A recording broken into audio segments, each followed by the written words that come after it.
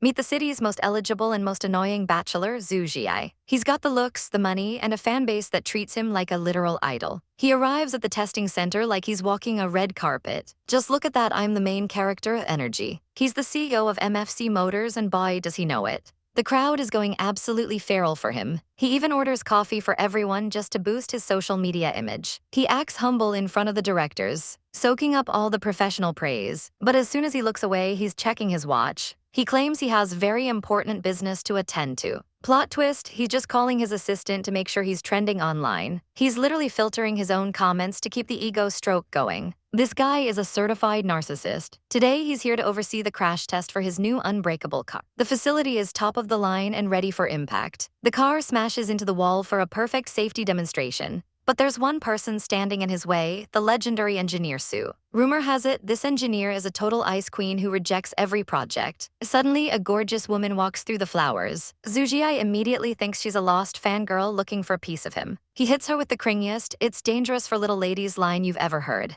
Then he tries to bless her with his limited edition autographed photos. Our girl Suen just looks at him and says, "I'm good," before walking away. His ego literally shatters into pieces right there. Surprise, this lost girl is actually the chief engineer he was so worried about. Xu is absolutely reeling from the disrespect. He starts spiraling, wondering how anyone could resist his compelling charm. He can't wrap his head around the fact that his autograph was rejected. So he starts having these wild, delusional fantasies. He convinces himself she's just a unique fan playing hard to get. He thinks she is struggling to resist his beauty. I understand now," he says like a total psycho. Suddenly, the engines start roaring. Another test is about to begin. Xu tries to act like a big man and asks if she's scared of the noise. He looks at her and thinks she's actually worried about his safety. He strikes a pose while the car speeds behind him. The test results come back perfectly normal. Suan checks the data and looks totally unimpressed. She tells him they can move to the next site. But Xu can't stop bragging about how sturdy his cars are. He starts touching the vehicle like it's a holy relic. He guarantees that this car is 100% bulletproof and unbreakable. Big mistake, our savage heroine fumbles for something in her bag. She pulls out a massive sledgehammer. Xu Zhiye's life flashes before his eyes as he realizes she's not playing.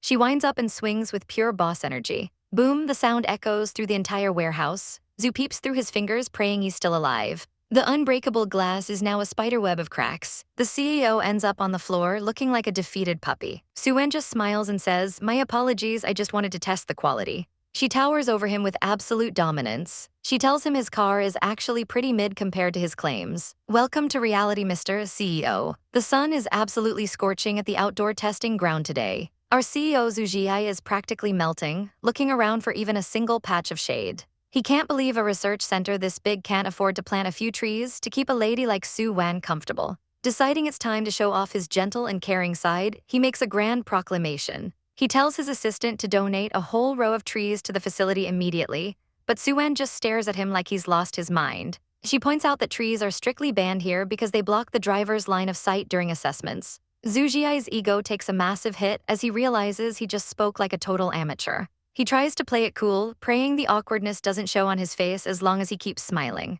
He tells himself he just needs to unleash his dashing CEO charm to win her over. Suddenly, a group of older fans start screaming that they love him. It's a total cringe fest as he tries to explain he has a wide range of fans, even if the younger types are missing today. Suen can't hold back her laughter, and our poor CEO is ready to board a UFO and leave this planet forever. Enough with the jokes, because Suen is stepping up to the plate to test drive the car herself. Normally, she just handles the technical control, but today is a special occasion.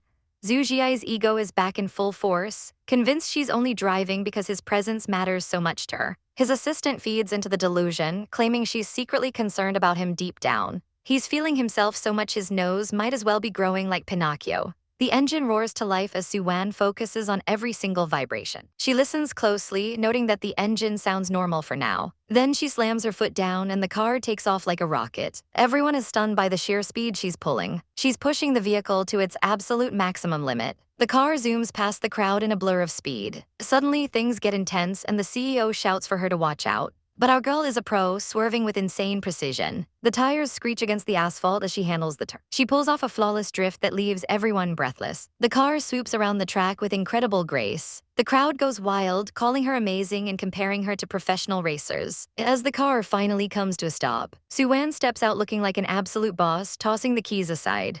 She coolly remarks that the maneuverability isn't half bad. She hands over the keys for the next assessment, and Xu Zhiye feels his heart doing backflips. He's never felt his heart race like this before, completely captivated by her skills. But the romance is short-lived when they head to the conference room. Xu Zhiye is confused why she seems hesitant to give his flawless car a 5-star safety rating. He demands to know her reasoning, secretly thinking she's just playing hard to get to stay close to him. Suwan admits the car is impressive, but there's a massive however coming. She explains that the radar perception technology just isn't sufficient for a top rating yet. Xu Zhiye gets defensive, reminding her they spent 5 years on that system. Suwen isn't backing down and slams her hand on the table with authority. She demands 3 months to work within his company to fix the issues herself. She's determined to get this resolved and prove her point. Xu Zhiye smirks, convinced this is just her elaborate plan to stay by his side. He tells his assistant to draw up the agreement immediately. He offers his hand, looking forward to their new partnership. Back in the car, Xu Zhiye is practically glowing with joy as they drive away. His assistant is a bit more skeptical, wondering if Suwan has an ulterior motive for joining them. The CEO is 100% convinced she's just trying to get close to him. The assistant thinks he's being way too overconfident but decides to stay silent. Xu Zhiye admits that the technical problem she highlighted is actually a serious issue they can't overlook. We see Suwan explaining the autonomous emergency braking system back in the meeting. In emergency situations, the car should stop automatically to save lives. But she points out the response time was 0.35 seconds, which is far too slow. In the real world, people don't move like predictable mannequins. If a pedestrian got hurt, the impact on the company would be massive. Since this car represents the nation's top tech, she refuses to let it fail on the world stage. She has a look of blazing determination in her eyes. Seeing this, Xu Zhiye realizes he truly trusts her vision. His assistant praises his judge of character, and the CEO soaks it up. Meanwhile, Suwan's boss is having a literal heart attack over her temper. He's just relieved they finally got the deal in the bag. He's dreaming of the massive profits they'll make partnering with MFC. But Suwan is a total savage, saying she only took the job because it caught her eye. She claims they're the lucky ones to have her on board.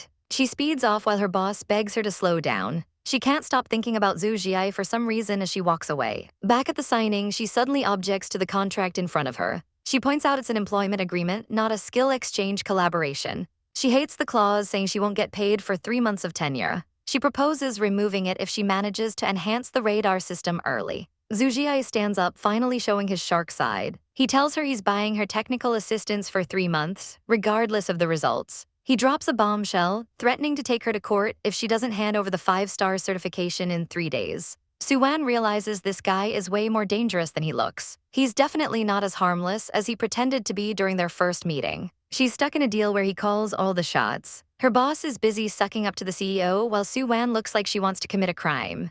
She's absolutely fuming at how lowly her research center has become. She yells at her boss for flushing their pride down the toilet for a profit. Suddenly, her phone rings in her pocket. She picks it up, trying to keep her cool. She answers the call, and her face goes pale with shock. She screams into the phone, "Meet your parents." Our poor heroine is just trying to get through her day when she's spotted by a familiar face in a luxury car.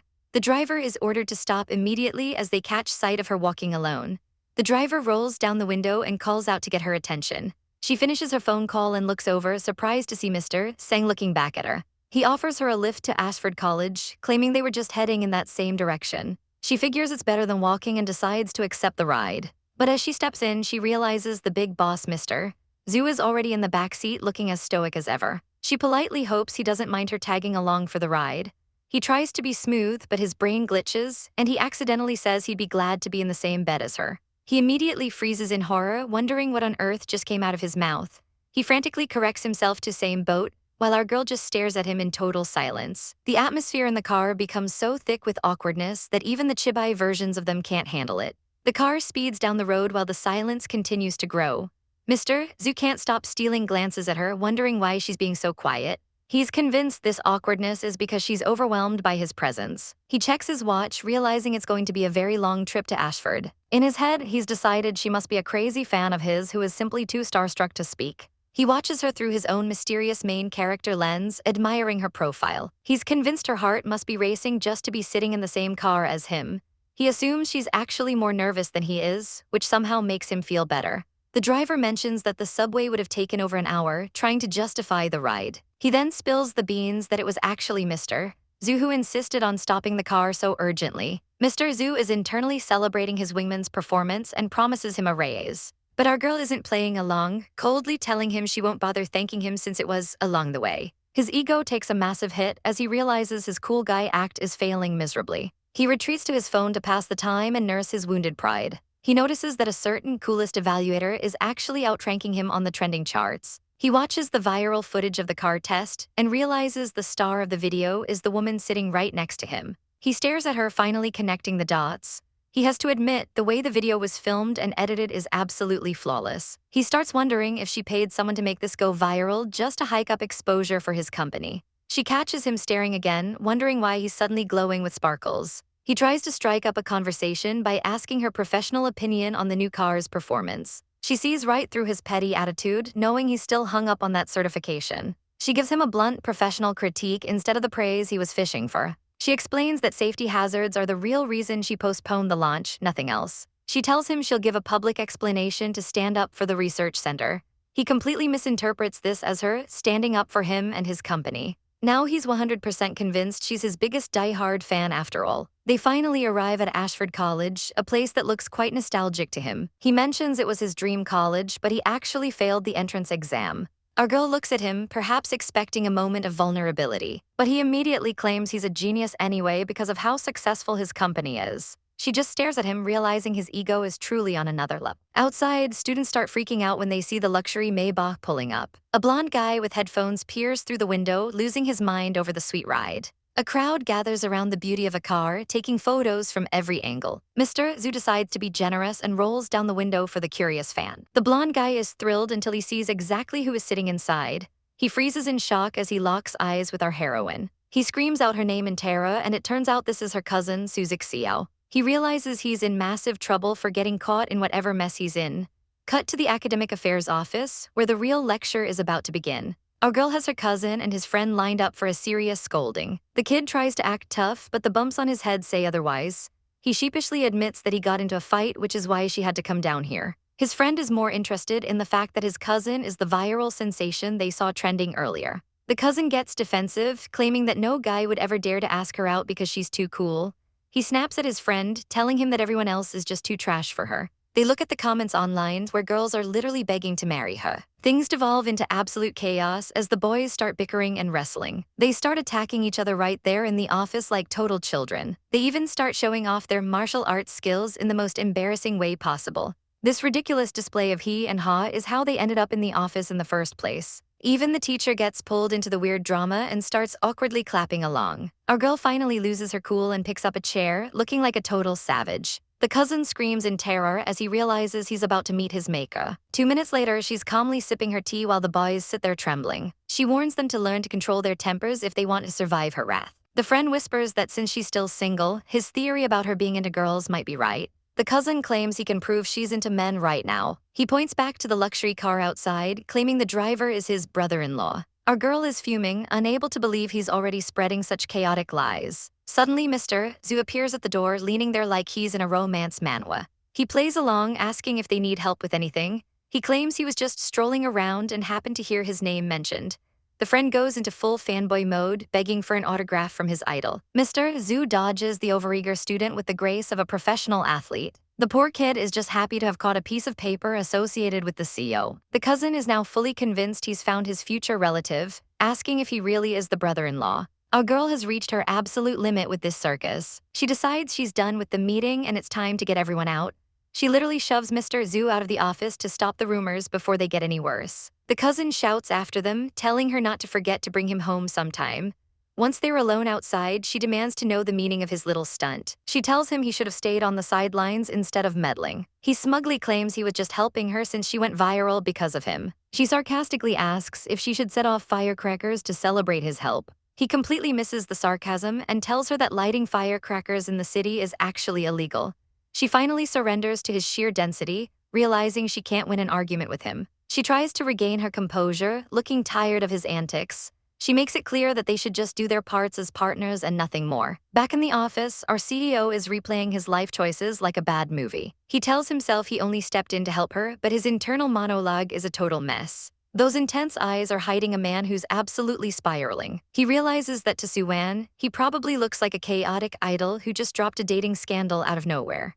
The weight of his own cringe literally pins him to the floor. He's officially declaring himself way too hasty, and honestly, we agree. Meanwhile, our girl arrives at MFC headquarters looking like a total boss. She's busy handling business on the phone, completely oblivious to the chaos waiting for her. The CEO spots her and immediately shifts into cool guy mode. He tries to stage a grand, impressionable entrance, but Suen just cruises right past him without a single glance. Heartbroken and desperate, he chases after her like a lost puppy. But the universe has other plans, and he catches a one-way ticket to slip and slide on the wet floor. He's airborne, and his dignity is officially leaving the building. He tries to recover midair with a desperate stagger, but Suen just dodges him with the grace of a queen while he goes kerplunk into the abyss. She stares down at him with the ultimate "are you okay" face. Poor guy is just stuck there, safely evaded and utterly humiliated. She wastes no time roasting him for that spectacular entrance. He tries to pivot back to being the professional CEO, offering a personal tour of the workshop. Our heroine tries to be polite, telling him he's way too busy for this. She's really not buying what he's selling. She even suggests a random assistant show her the way instead, which makes him stop dead in his tracks.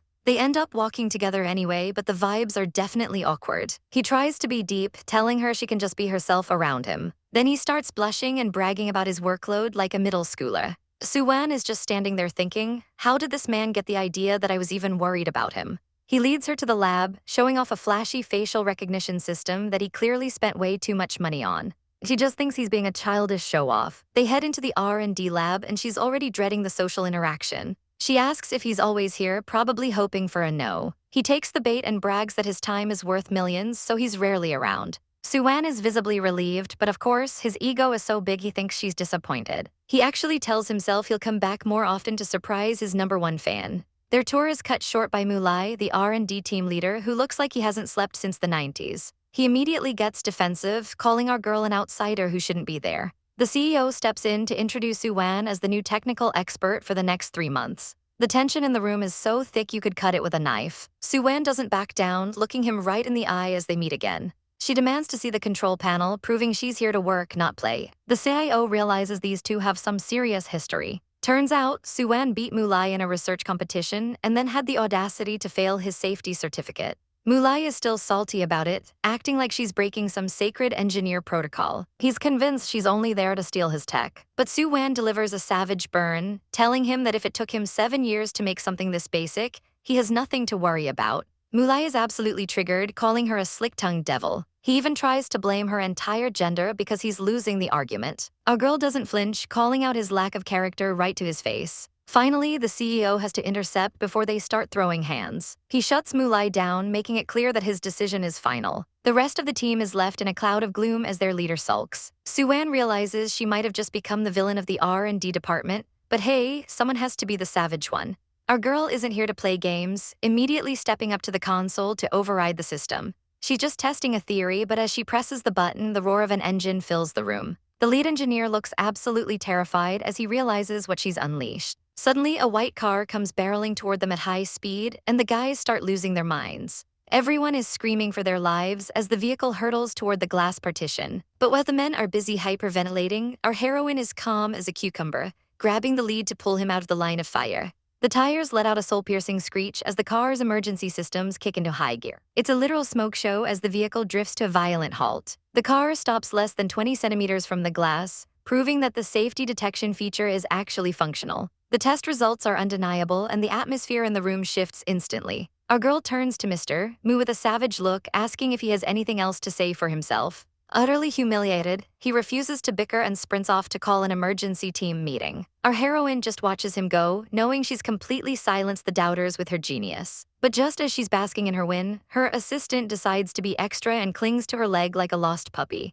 Mr. Xu is basically vibrating with excitement, feeling like he's just witnessed a miracle. In his head, he's already building a mystical castle where he's the prince and she's the conquering queen. He's claiming this as a glorious victory for their partnership. He looks at her, convinced that she's using her incredible skills just to captivate his heart. In his delusional little fantasy, she's practically a goddess swooning over him. He tries to maintain his cool CEO facade while his internal monologue is doing backflips. He thinks showing too much fondness now would cause total chaos in the workplace. Our heroine tells him there's nothing to worry about, treating him like a concerned toddler. She promises to find the bug in the system so he doesn't suffer any financial loss. Xu is not consoled by her logic at all because he's operating on pure emotion. He decides to forgive her for being so professional and business-minded. Then he catches her completely off guard by pulling her into a sudden tight hug. He whispers a thank you for caring about him, but our girl is just standing there looking like she's buffering. She wonders if he's only holding her this long just to show off how filthy rich he is. But the romantic moment is short-lived because someone is lurking in the bushes with glowing eyes, catching them red-handed.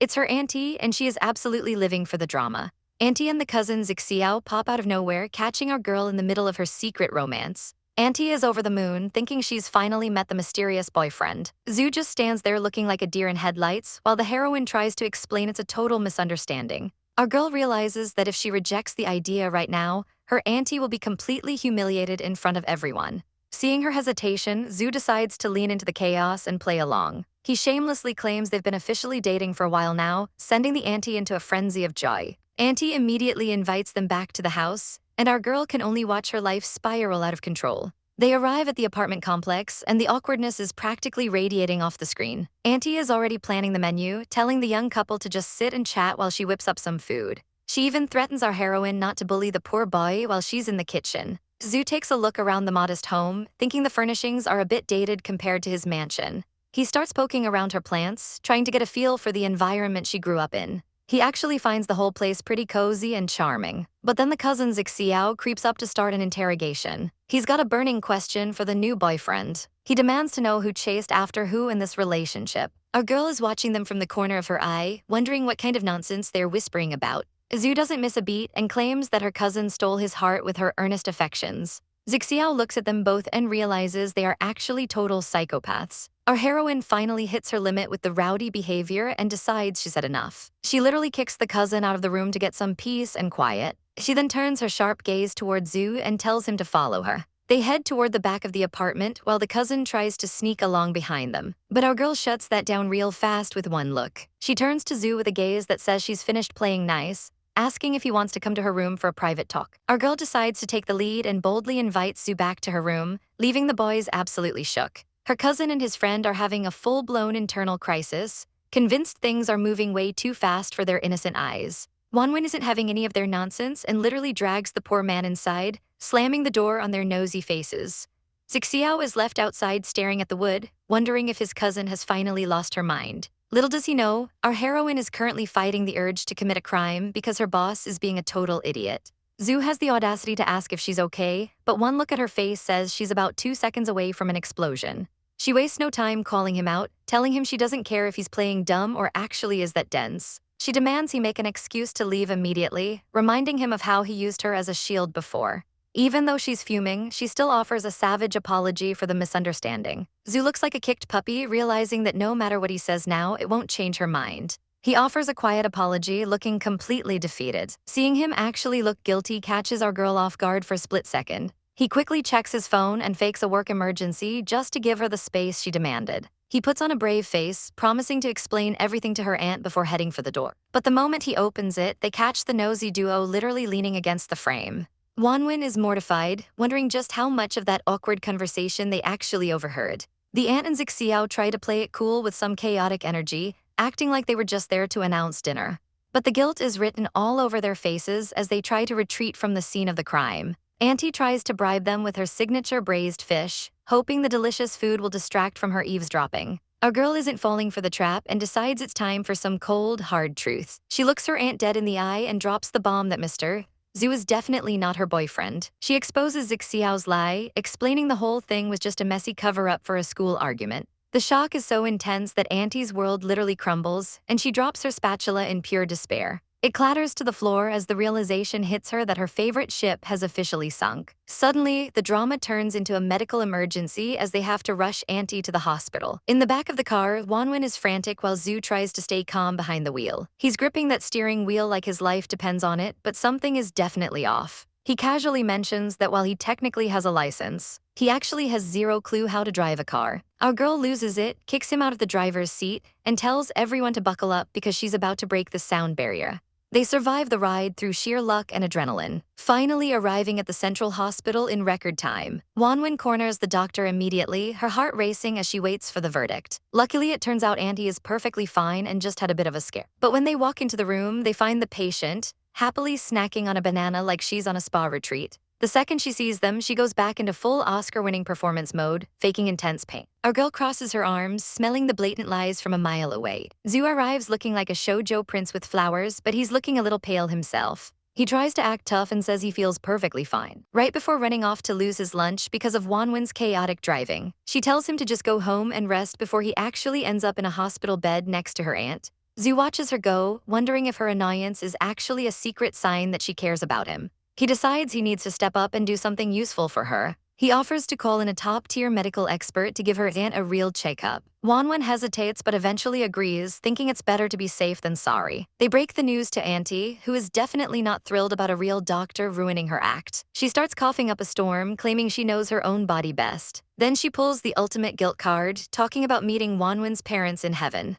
She puts on her best tragic face, sighing about her short time left. Even Zixiao is looking depressed, caught up in his mom's dramatic performance. Auntie starts shedding real tears, playing the part of the dying woman to perfection. She calls Wanwen over, looking like she's about to give her final words. She tells our girl that she's worried she's becoming a work-obsessed machine. She asks the million-dollar question, does our girl even know what it's like to love someone? Wanwen looks down, the weight of her aunt's words finally hitting home. She softens her expression, realizing she might have been a bit too harsh earlier. She gives a small smile and admits that her earlier denial might have just been her goofing around.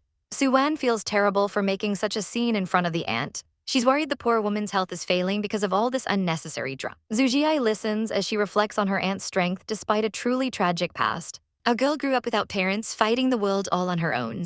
It's no wonder she's so guarded and didn't want anyone seeing her private life. Xu Zhiye finally realizes she was just trying to hide her imperfections from the world. He decides to step up and declares that from today on, they're officially a couple. Suwan is internally screaming, thinking this man is a total idiot for taking a fake relationship so seriously. She reminds him it's just a show for the elders, so he better not catch any real feelings. She's already planning to make up an excuse and break up later to save him the trouble. Xu Zhiye just sighs, looking a bit like a kicked puppy. He agrees to play the part, though he can't help but feel like he's seen this exact storyline in a book somewhere. Fast forward to the next day and our boy is sitting in his car looking way too cool. Except he's actually studying a book called The Domineering President and His Naive Wife for dating tips. He panics and hides his research the second he hears Suwan is arriving. Our girl steps out looking like a total boss. He tries to act smooth and tells her he's here to pick her up. She's completely baffled by the sudden 5-star service. He plays it off, saying a fake boyfriend still has to put in the work to be convincing. For once, Suwan actually looks a little touched by the effort.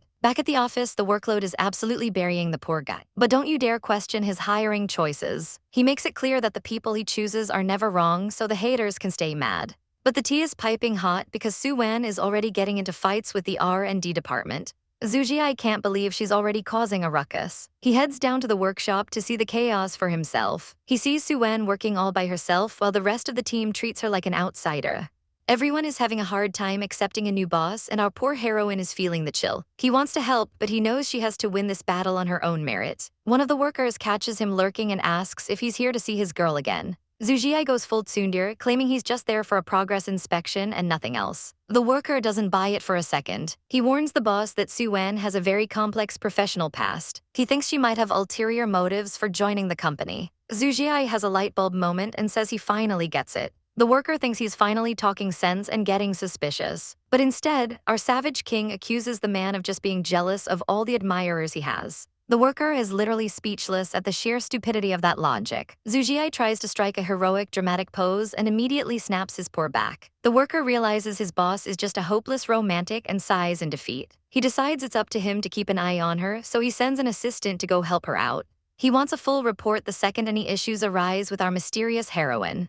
The night city lights set the mood for some serious overtime. Inside the lab, our girl is clicking away at the console, totally in the zone. Suddenly, a colleague breaks her focus, surprised she's still grinding this late. He tells her it's long past time to clock out, but our heroine is a perfectionist who needs this data calibrated. The two stay busy, hands flying across the holographic screens. Seeing she won't budge, he offers to give her a hand to speed things up. Our girl gives him a side-eye, then offers a rare, sweet smile and agrees. An hour later, they're finally done, and the poor guy is stretching like his life depends on it. She notices how young he looks and asks how long he's actually been with the company. Turns out he's been here since he was 18, which leaves our girl absolutely floored. He explains his family was struggling, so he skipped college to work at an auto shop.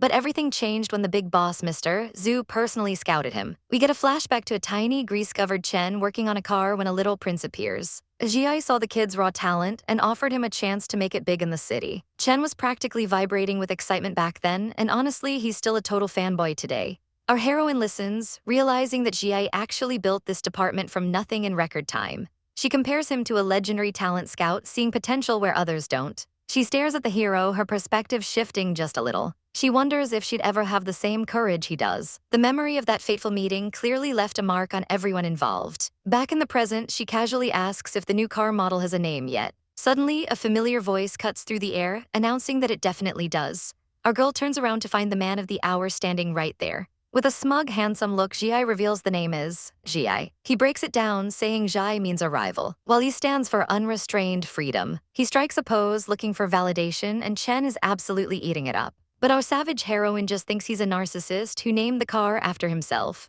She tries to make a quick escape since it's late, but Zhiye isn't letting her go that easily and chases her down for dinner. He gives her the ultimate puppy dog eyes, and our girl actually feels a bit bad for him. Next thing you know, we're at a high-end restaurant with a live violinist playing romantic tunes. The atmosphere is dripping with drama. But wait, why is Ji stuck eating a candlelit dinner with Chen instead of our heroine? Turns out, our girl pulled a total pro gamer move and insisted he take Chen as a reward for his overtime. She walked away with a smirk, leaving the boys to their date. Ji is absolutely devastated because his romantic plans were totally derailed. Poor Chen is shaking in his boots, terrified of the overwhelming aura coming from his role model. He's so nervous he can barely swallow. Ji tries to play it cool and tells him to just eat his fill. But inside, he's brooding, wondering why on earth she keeps turning him down. He watches her walk away in his mind, feeling the sting of rejection. Later that night, Ji is staring out at the city lights, unable to get her off his mind. He finally gives in and calls her, telling her not to worry about the chaos in the department. Our girl is confused by the late-night call, but he doubles down on the charm. He promises that as long as she's with him, he'll always have her back. He hangs up before she can even process that massive confession. Our girl is left staring at her phone in total silence. She just sighs, wondering what the heck is going on in that man's head. Mulai thinks he can play gatekeeper with the technical data, but Suwen isn't having any of it, demanding the parameters before he wastes any more of her time. These guys have the audacity to tell her to just correct the tech herself if she's such a pro. Wrong move, boys. Our girl slams her hand down with such savage force that the console actually cracks. She leans in with a cold stare, asking Mulai who he thinks the CEO will blame when a rival company beats them to the launch. Speak of the devil, the big boss Xu Zhiye strolls in right on cue. He plays the reasonable leader card, suggesting that if the team lacks motivation, the blame lies solely with him. He's putting on a real show of being the perfect, caring boss. Suwan watches him, wondering why this guy is suddenly hovering around her workspace so often. Mulai tries to snake his way out of it, claiming Suwan might leak sensitive info to competitors. Xu Zhiye's tone shifts instantly as he calls out how inappropriate that accusation is.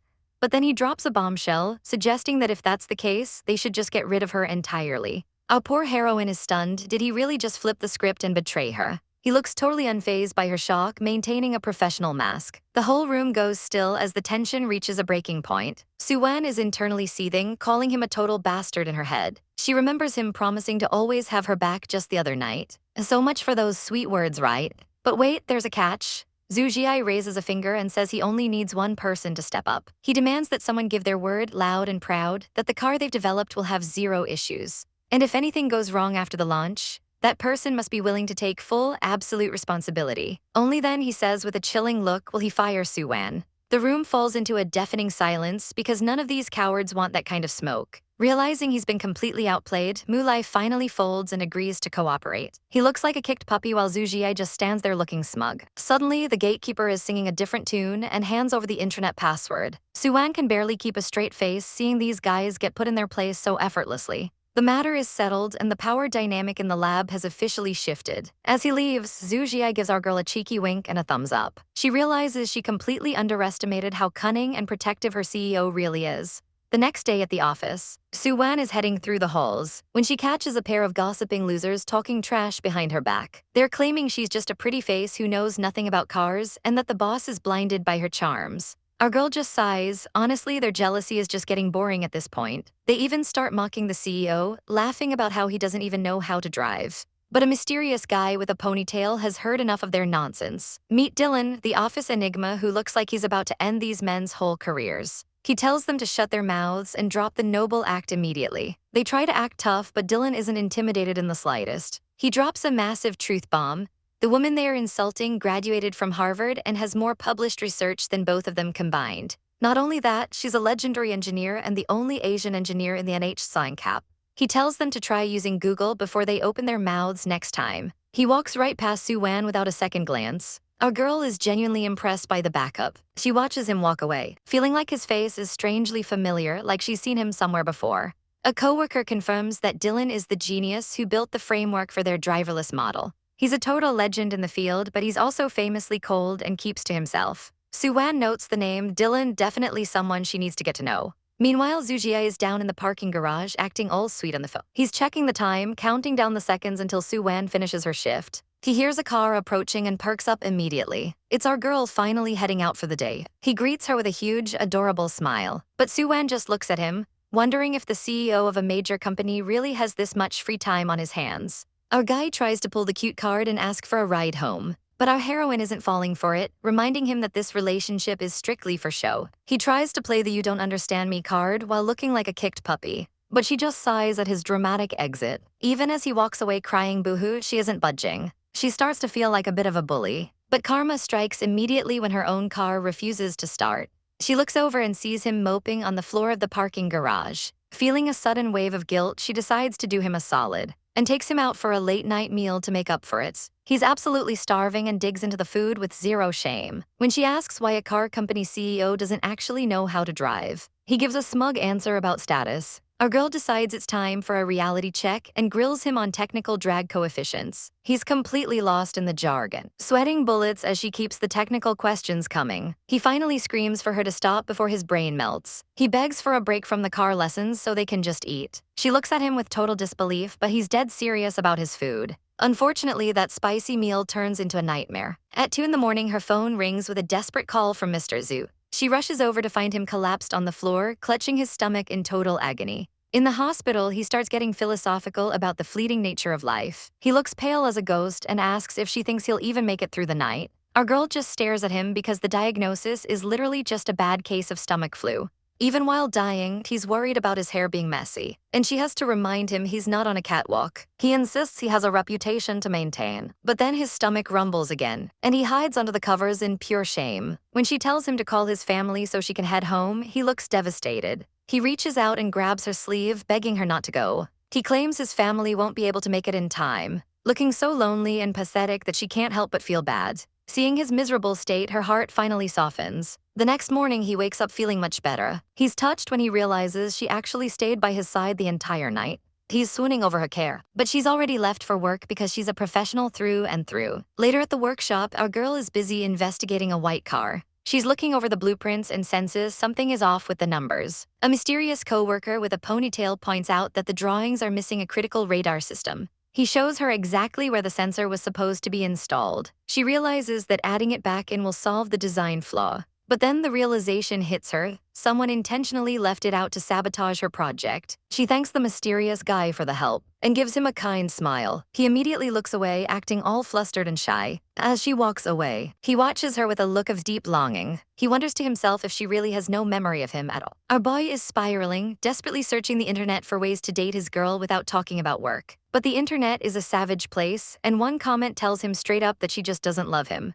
Naturally, he takes this completely rational advice to heart and falls into a pit of total despair. He's convinced his love life is over and decides to delete every unreliable app on his phone in a chibai-fueled rage. His assistant walks in to find him moping, wondering why he hasn't checked in with the R&D department yet. The assistant immediately assumes our couple had a massive fallout, especially with how gloomy the boss looks. He starts flashing back to their time in the hospital, remembering the moment Su-wan offered to teach him how to drive. Back then, he was shocked by the sudden offer, but she insisted it was her way of repaying her debt for his hospitalization. He tried to play it cool, but he was internally screaming with joy. She left him with a cool, "don't be so polite," and now he's been hiding from her ever since. It turns out he's a total disaster behind the wheel, and past instructors practically signed their own death certificates trying to teach him. He doesn't want to put our girl through that trauma, but he realizes he can't stay in hiding forever. He's got to explain himself in person before he loses her for good. But when he arrives at the lab, he's hit by a do not disturb aura that practically blinds him.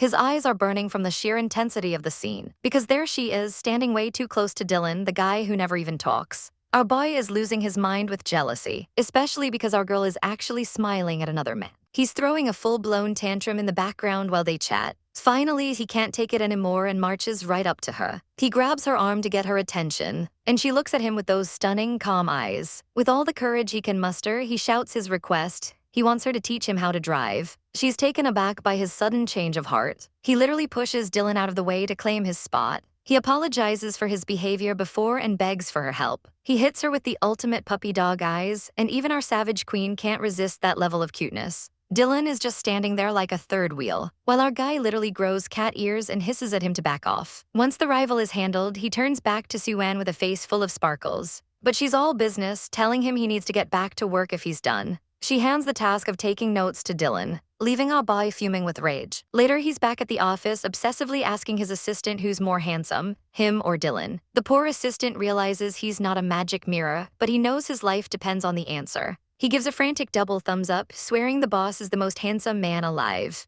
He tries to explain that while Dylan is a babe magnet, he's way too unapproachable. Unlike the boss, who is the perfect dashing CEO, the assistant secures his raise with some top-tier flattery. While the boss tries to act like he's totally uninterested in the competition, the assistant isn't buying it for a second. As night falls over the city, our guy stays glued to his phone, waiting for a message from his favorite person. When the text finally comes through, he's over the moon. She said yes, and in his head, this driving lesson is officially a date. Zhiye is having a full-blown crisis because his massive closet apparently has absolutely nothing to wear. He thinks this outfit is a bit too casual for the vibe he's going for. But the next one makes him look way too formal, and he's not trying to attend a board meeting. Finally, he spots the winner hidden in the back. Our boy is feeling himself, convinced this look is going to make our girl swoon. Down by the water, Sue-An is already waiting, and the setting is looking like a total dream. She notices right away that he's looking a little different today, and she's definitely not complaining. Zhiye tries to play it cool, but Sue-An's intense gaze is enough to make anyone tremble. She gets savage, grabbing him by the collar and pulling him into her personal space while he screams internally.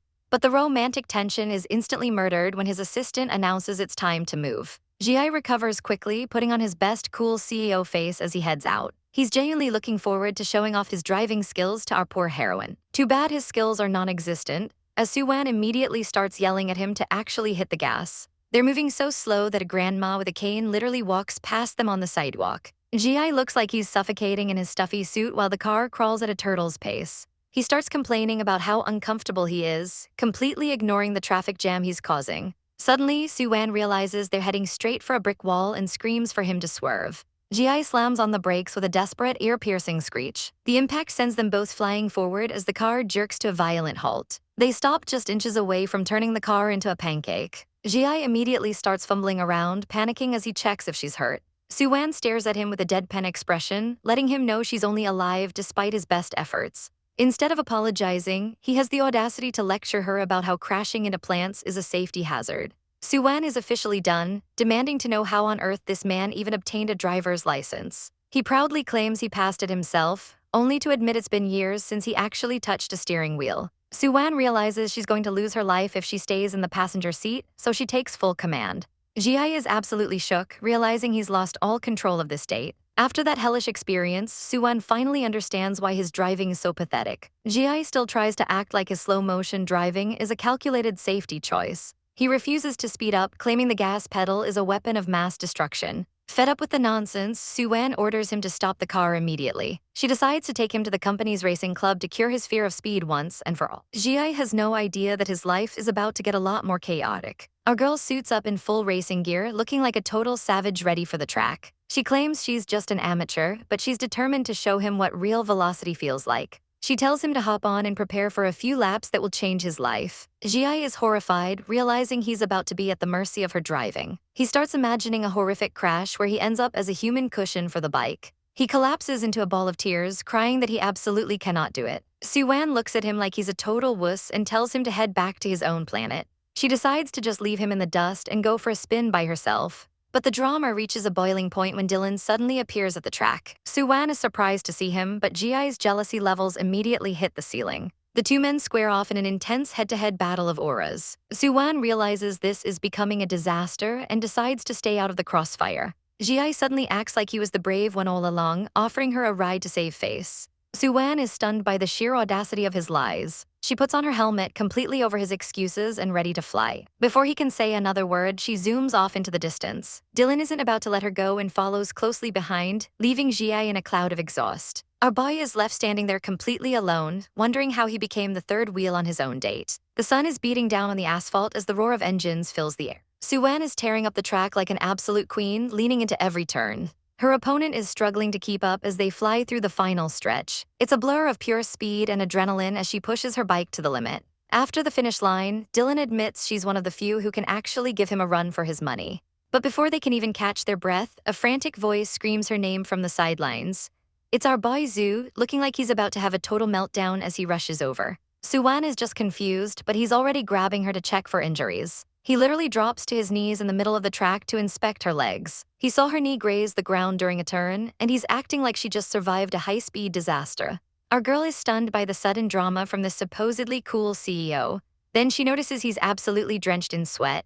This idiot was standing under the scorching sun the entire time just to watch her race. He tries to play it cool and suggests their next destination. She asks where he thinks he's going when he's clearly about to collapse. He quickly realizes he's dying and suggests finding a car with some blessed AC instead. Suwan can't help but look at him with a mix of pity and concern. Xu is internally swooning because his lady actually cares about his well-being. They head off together, leaving a very salty Dylan behind. Dylan can't believe how accommodating she's being to this guy compared to everyone else. But wait, the drama isn't over yet. Suwan is trying to lead him away, but Xu is looking like a literal ghost in the heat. And kerplunk, he faceplants right onto the pavement. Our poor heroine can only look up at the sky and wonder why her life is this chaotic. After a quick transition, Xu finally wakes up in the backseat of a car. He's dazed, realizing he actually passed out from the heat.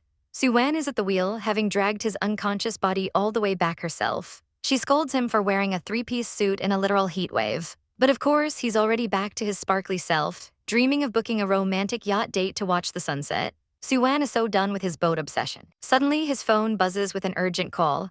His expression turns cold instantly as he hears the news. The company is in major trouble. Something has gone horribly wrong. We cut to a live stream of a couple driving down the highway. They're chasing clout and asking for subscribers while on camera.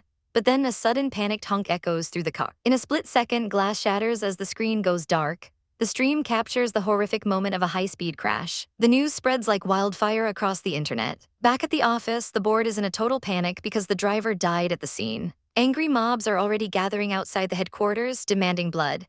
The tech team suggests the brakes might have loosened on the new model. Xu isn't interested in possibilities or excuses from his nervous staff. He demands actual results and a detailed report immediately. Suwan watches from the side, seeing the immense pressure he's under. She can't help but feel bad for the guy. He just recovered from heat stroke and now he's facing a massive PR nightmare. Xu stands up with total authority, ordering a full public investigation into the accident. He's not going to hide. If the problem is on their end, he'll own it. He takes complete accountability in front of his entire team. The protesters outside are still screaming for justice. Xu decides the only way forward is to go down and face them personally. Suwan thinks he's being way too risky given the tension, but he knows they're out of time and he needs to give everyone an explanation. A heavy silence falls over the boardroom. The employees start whispering, realizing their boss is actually serious about this. They scramble to get the documents ready for inspection. Suwan watches him walk toward the door, hoping he knows what he's doing. This man is walking straight into the lion's den to protect his legacy. The next morning, the city is buzzing with a scandal that's spreading faster than a wildfire. On every train and bus, people are gossiping about the viral news involving MFC and the crash victim's family. An edited recording has surfaced, making it look like our guy is a heartless monster who only cares about money. The public is absolutely losing it, calling him an arrogant bastard who thinks he's above the law. Keyboard warriors are out in full force, dragging the CEO's reputation through the mud without a second thought. The hate comments are flooding in like a digital tidal wave. It's a total PR nightmare, and the internet isn't planning on showing any mercy. Back at the office, the team realizes the recording was a complete hack job. They've been set up from the moment the victims walked through the door. Trolls are blowing everything out of proportion, claiming the company is trying to buy the family's silence. Our girl Suwan knows this level of coordination means someone powerful is pulling the strings. She realizes the competitors are gunning for a total downfall now that the first autonomous car is launching. But while she's spiraling in stress, she finds Xu Zhiye casually playing a snake game on his phone. He's actually surprisingly good at it, but the timing is absolutely chaotic. Suwan looms over him like a disappointed mother, wondering how he can be this relaxed. She snaps at him for being so unbothered while their world is literally on fire. Suddenly, an employee rushes in looking like he's seen a ghost. The vehicle inspection results are finally in, and the tension in the room is thick enough to cut with a knife. The news isn't good. It seems there really are quality issues with the vehicle. Suwan's heart sinks as she realizes how deep this trap might go. Outside, the media vultures are already circling, waiting to tear Xu Zhiye apart. A reporter jumps in with a loaded question, asking if profit is more important than human lives. The crowd goes silent, waiting for him to crumble under the pressure. But our guy just turns around with the most unbothered energy you've ever seen. He looks the reporter dead in the eye, completely unfazed by the ambush. The reporter starts to sweat as the silence stretches on. Xu Zhiye calmly reminds them that MFC has always upheld a fair reputation. He lets out a savage snicker, calling out the media's lack of integrity. He tells the reporter it's pretty unreasonable to fan the flames of internet rumors. With a flick of his wrist, he adjourns the meeting, leaving the press stunned.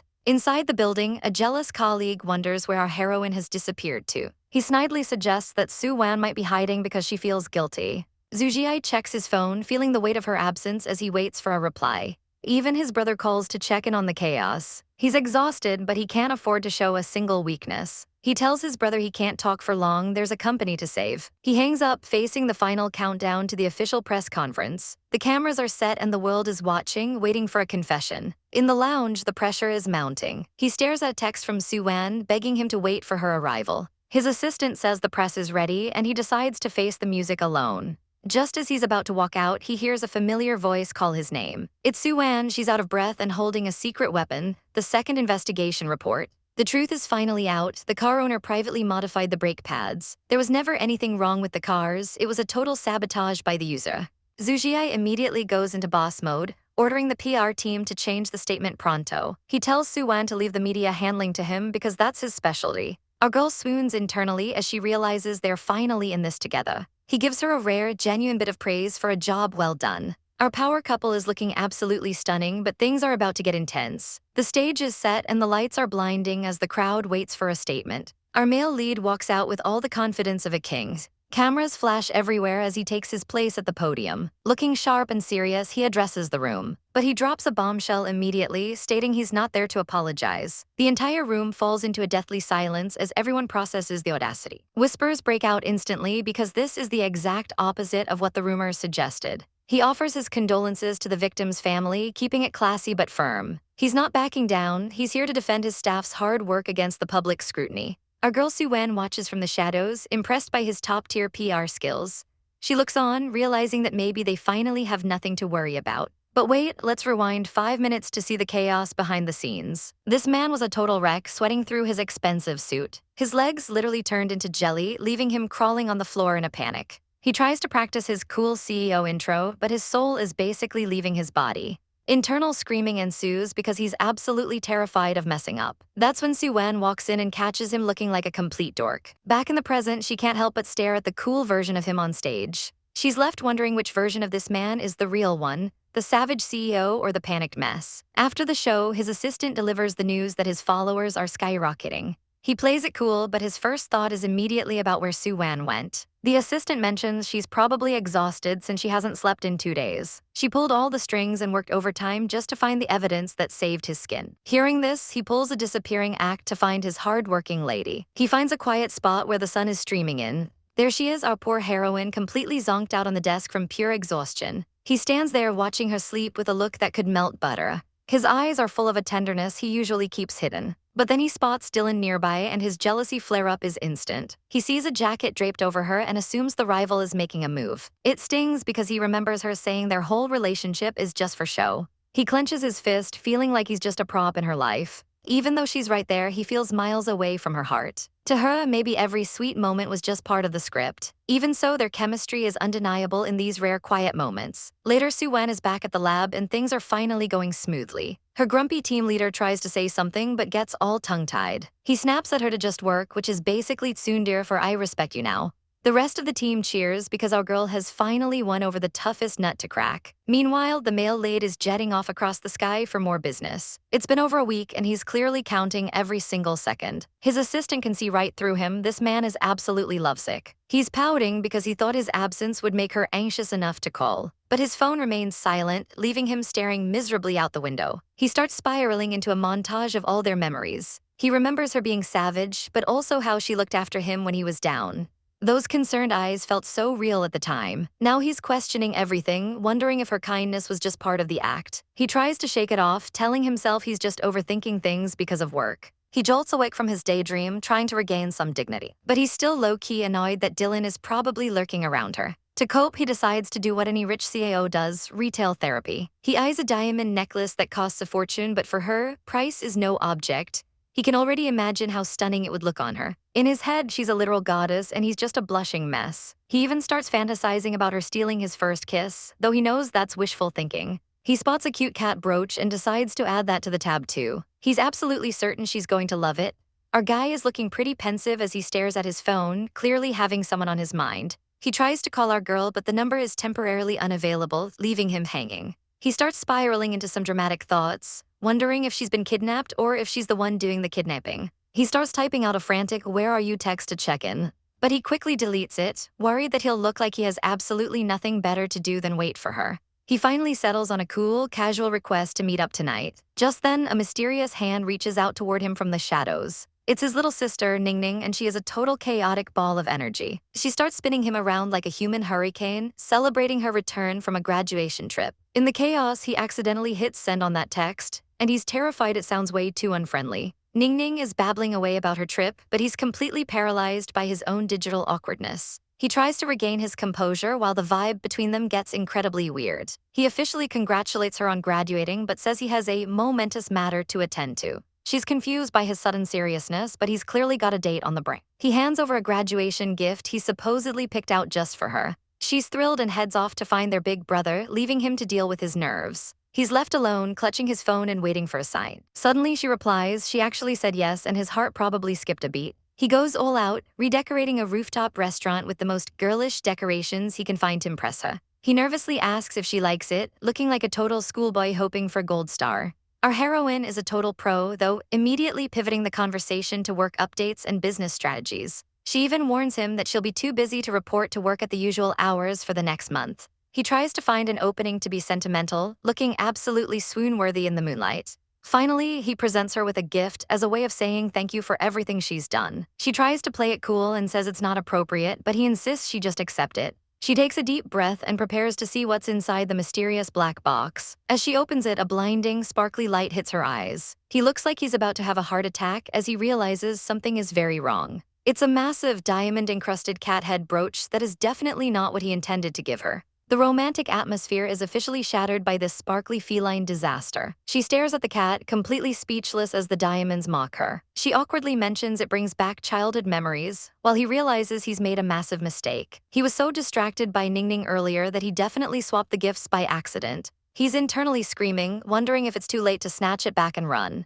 But our girl is savage. She tells him she doesn't even wear brooches and suggests he just keep it. She decides it's time to make her exit before the cringe level exceeds the legal limit.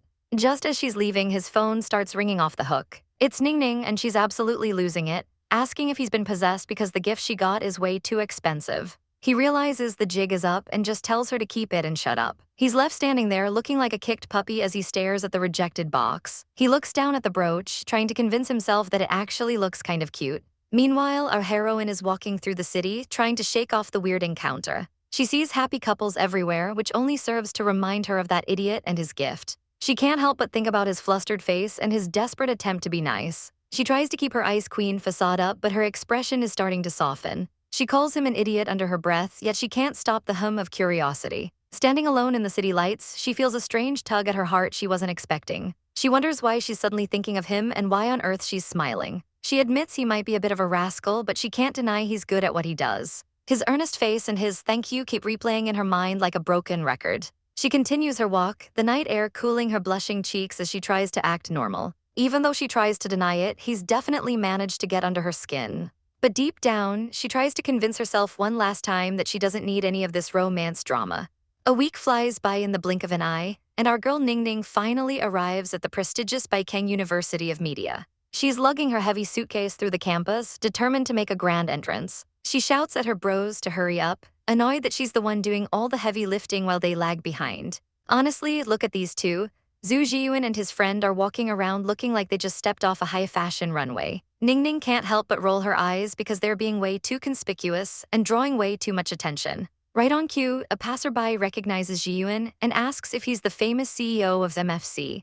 Our savage brother isn't about that fangirl life today and evades the crowd at the speed of light. Ningning tries to grab him, but he's a literal blur as he zips past.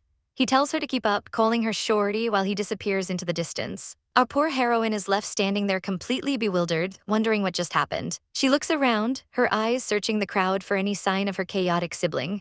It turns out Jiyuan is even more popular than she realized, and he's currently being swarmed by people begging for autographs. She knows her big brother has zero patience for crowds, so it makes sense why he bolted so fast. But that doesn't change the fact that she's now totally lost, screaming internally about where the hell he went. She didn't even know he had that kind of track star speed in him. Left to fend for herself, she tries to play it cool as an independent woman, navigating the campus alone.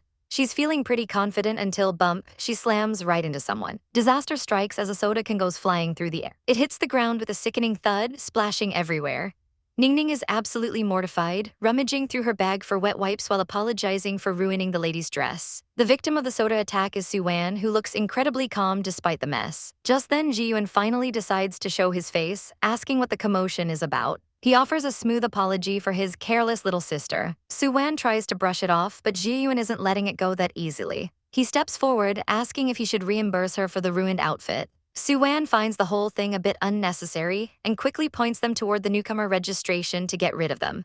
She sighs to herself, thinking about what an unlucky day she's having. She only came to the university as a favor to give a talk as a VIP lecturer. Looking at the stain, she realizes there's no way it'll dry in time for her presentation. In a move that is absolutely iconic, she decides to just tear the bottom of the dress off right then and there. She drops the ruined fabric, looking effortlessly chic in her newly shortened dress. Suddenly, a voice calls out to her and she turns to see who's interrupting her moment. It's Xu Zhiye, looking way too handsome and asking what she's doing here. He starts blabbering about what a crazy coincidence it is to run into her. He's basically begging to tag along, acting like a lost puppy. Suwan figures he's just looking for a ride and hands him her keys. She tells him to wait for her in the parking lot in 30 minutes, and he looks like he just won the lottery. He watches her walk away, looking totally swoon-worthy and captivated. Back inside the lecture hall, the ceremony is about to begin. Ningning is sitting in the crowd, looking like a nervous wreck for her first date. She begs her brother to help her make a good impression, but he's being a total jerk. He literally pretends he can't hear her, ignoring her pleas for help.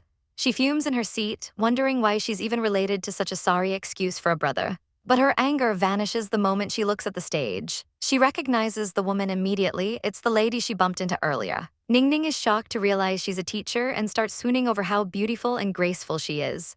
Our girl is officially obsessed and decides she needs to get to know her right now. She begs Jiyuan to help her get the teacher's contact info later.